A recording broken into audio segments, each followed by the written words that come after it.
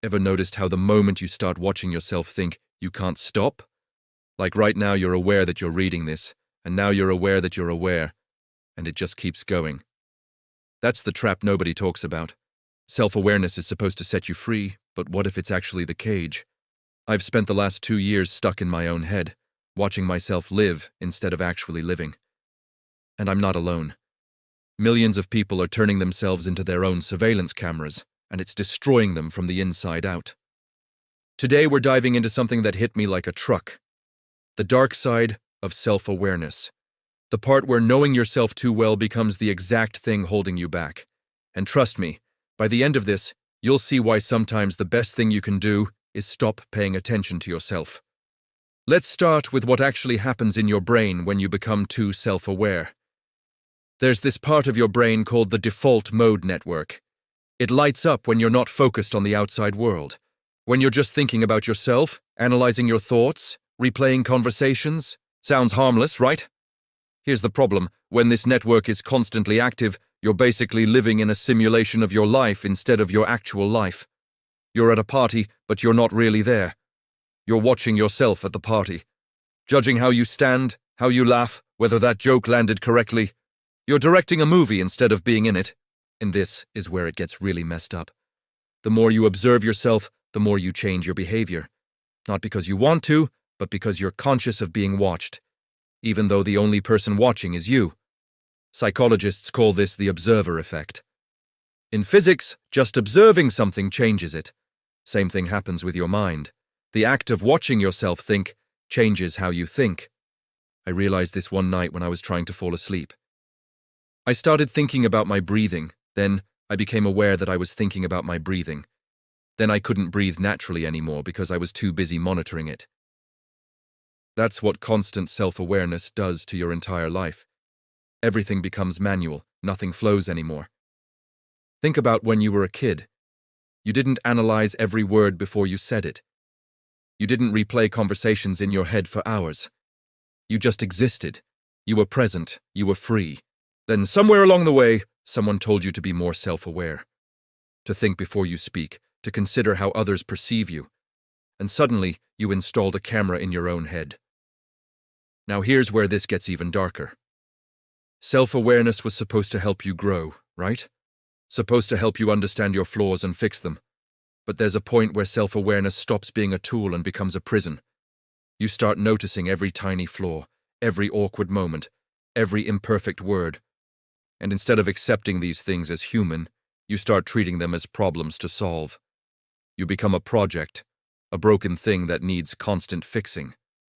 I spent months doing this. I'd catch myself saying something and immediately think, why did I say it that way? Why did my voice sound like that? Why did I move my hands weird? Every interaction became a performance review. Every moment alone became an analysis session. I was my own worst boss, and I never got a day off. The really twisted part. The more you watch yourself, the more you find wrong. It's like looking at a word for too long. It stops making sense. You start questioning everything. Is this really how I talk? Is this really who I am? Do I even like the things I say I like? Or am I just performing? You start doubting your own authenticity. Because how can you be authentic when you're constantly monitoring yourself for authenticity? The whole thing becomes this weird loop that feeds on itself. And social media makes this 10 times worse. Now you're not just watching yourself, you're curating yourself. Every photo, every caption, every story is a calculated decision. You're not sharing your life, you're managing your brand. Even when you try to be real, you're aware that you're trying to be real, which makes it not real at all. I deleted my social media for 3 months just to escape this. And you know what happened? I still couldn't turn off the camera in my head. Because by that point, the observer had become stronger than the person being observed. This is what nobody tells you about self-awareness. It's addictive. Once you start, it's incredibly hard to stop. Your brain gets used to running this background program, this constant commentary on everything you do. Let me tell you about this study I found. Researchers looked at people with high levels of self-consciousness. Not the confident kind of self-awareness, but the constant self-monitoring kind. These people had higher rates of anxiety, depression, and something called rumination. That's when your brain gets stuck in a loop, replaying the same thoughts over and over, never reaching a conclusion. They were essentially torturing themselves with their own minds. And the worst part? They thought they were being productive. They thought all this self-analysis was making them better. But it wasn't. It was just making them exhausted. Here's another thing that happens. When you're constantly watching yourself, you start living in the past and future simultaneously, never in the present. You're replaying what you said 5 minutes ago while planning what you'll say 5 minutes from now. The current moment doesn't even exist for you anymore. I missed entire conversations because I was too busy analyzing my previous sentence. I missed beautiful moments because I was too busy figuring out how to describe them later.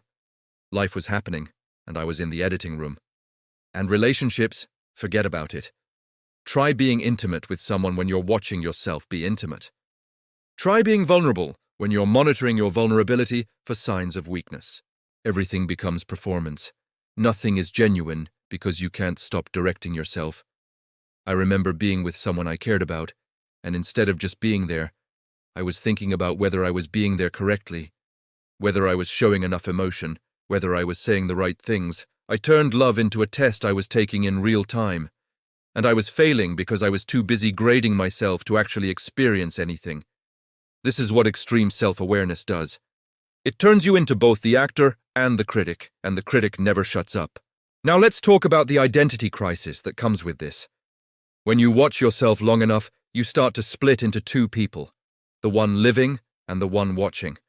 And here's the question that breaks people. Which one is the real you?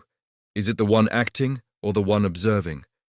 Are you the thoughts or the thing watching the thoughts? And if you can observe yourself, doesn't that mean you're separate from yourself? This sounds like philosophy, but it's a real psychological problem.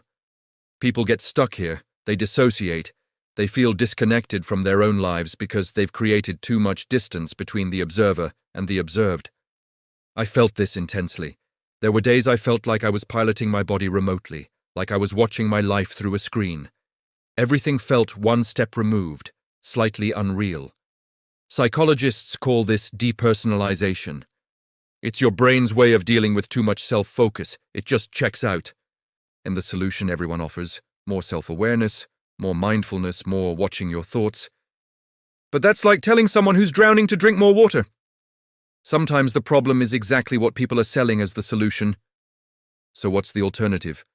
How do you live without constant self-monitoring? This is the hardest part, because you can't just decide to stop being self-aware. That's like trying not to think about a pink elephant.